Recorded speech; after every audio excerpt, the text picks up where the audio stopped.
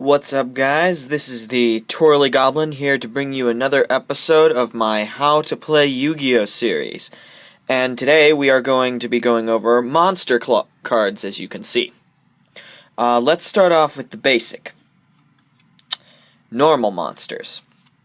Okay, so monsters are the cards that you use to attack, defend, and to ultimately win the game most of the time. This is an example of a normal monster. As you can see, it's a hollow Silver Fang from the Yugi's World Special Edition. Now, right here, you can see the name of the card. Obviously, it's the name. Here, this is the attribute. Sorry. Dropping the little book I have there. And this attribute tells you special qualities about the card that may apply when certain effects are activated. As you can see, there are 3 stars here. This determines the monster's level, basically how powerful it is. When you're summoning monsters, level 4 and lower, you can just summon for free right off the bat, but you only get 1 summon per turn, unless it's a special summon. And level 5 to 6, you have to tribute 1 monster, send it to the grave. Level 7 and higher, you have to tribute 2 monsters to bring it out, and those take up your 1 summon as well. Down here you can see different information like the pack code that it's from, what edition it is, all this information. The attack and the defense of your creature, basically how strong it is. You can see that it is a beast monster, which will help determine certain effects with different cards, just like the attribute. And right here you can see the text box, and this is where the flavor text on a normal monster is. And now on to the effect monster. The effect monster is basically a normal is just like a normal monster. It's brought out the exact same way and everything, except for one thing. It has a special effect, and it's a different color. Normal monsters are that light color. This is darker to show that it is an effect monster. And as you can see, it is a Galaxy Eyes Photon Dragon. This one would be 2 tributes, as I explained earlier.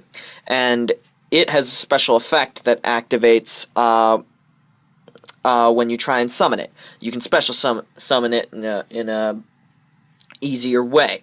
Lots of effect monsters in a deck is usually a really good thing. And next up, the newest addition to the game, XYZs.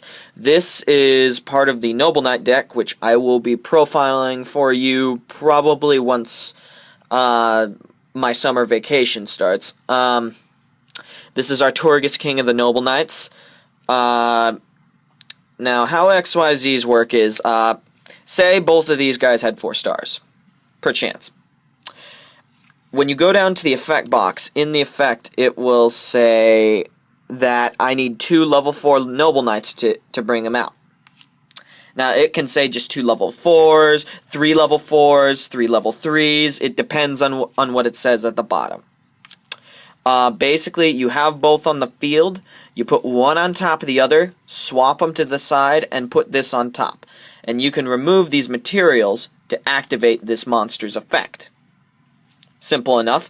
And also, if you notice, the stars are on the opposite side of an XYZ. That's because they are not levels. They are ranks. So anything that applies to levels does not apply to an XYZ.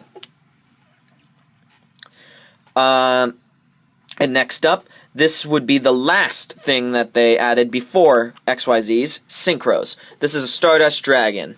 Basically the poster child of Synchros, and a fantastic card in general. It's white to label that it's a Synchro, just like the XYZ's black, and that is that brownish color, and that's a tannish color. Synchros are white. It's level 8, unlike the XYZ's, which this one is rank 4. This one is a dragon. It says Synchro there, and it's an effect monster, which is really cool.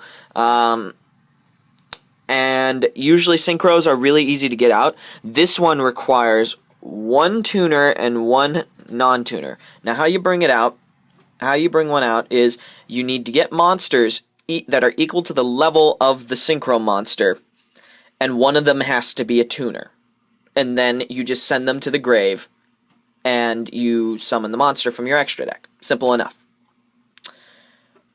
This is a tuner. This is what you basically need to get out a synchro monster. It'll say tuner at the bottom there, otherwise it's basically just an effect monster. Next up, we have an older edition, Fusions. This is a Chimer Tech Overdragon. Fusions work in a special way. There are two ways to fuse. One is called Contact Fusion, and the other is activating a spell card. A lot of newer fusion decks use Contact Fusion, but older fusion decks, such as the Cyber Dragon deck, use straight up fusion. The basic card for it is Polymerization, which is a spell card, and we will be going over spell cards in a later video. But for now, this is what we have. It's level 10, as you can see. Some monsters will have question mark for their attack and defense. That means that their attack and defense is determined by an outside factor, which is stated in the card. Otherwise, Fusion, you just activate a spell card while you have monsters in your hand or on your field, unless the spell card says otherwise. Send them to the grave and bring this out from your extra deck. Or you can Contact Fuse if it says you're allowed to, which is basically you don't activate the spell card and you just send them back to your deck, which is really cool. Oh, and down here, it will say, in the effect, it will say specific monster names or specific monster types. That's what you need to use to get it out. And next is the Ritual Monster. As you can see, it is blue. Just like the Fusion's purple, the effect is that brownish color. Black for XC, white for Synchro, tannish for the normal monster. This is blue, signifying a Ritual Monster. Plus it also says Ritual.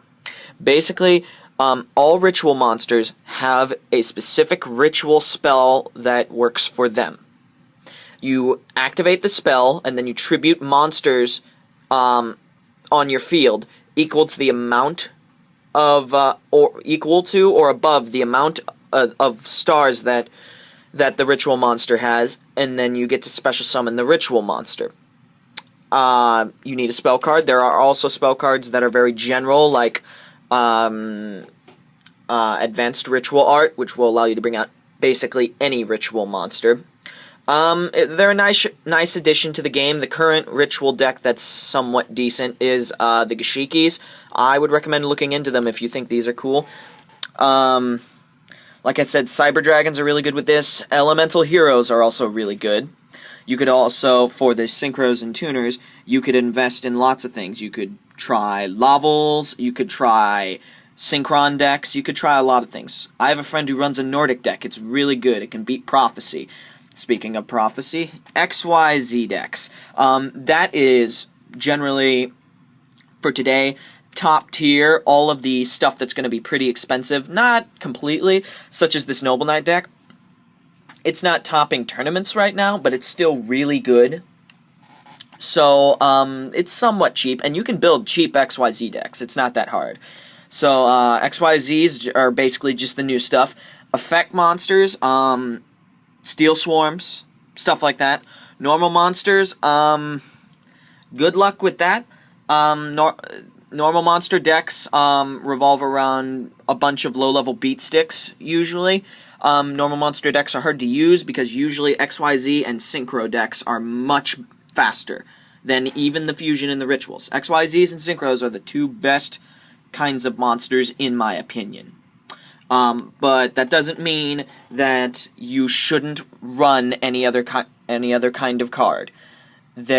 Every card is really good in its own right, and you just need to figure out a way to make the card useful and to make it good.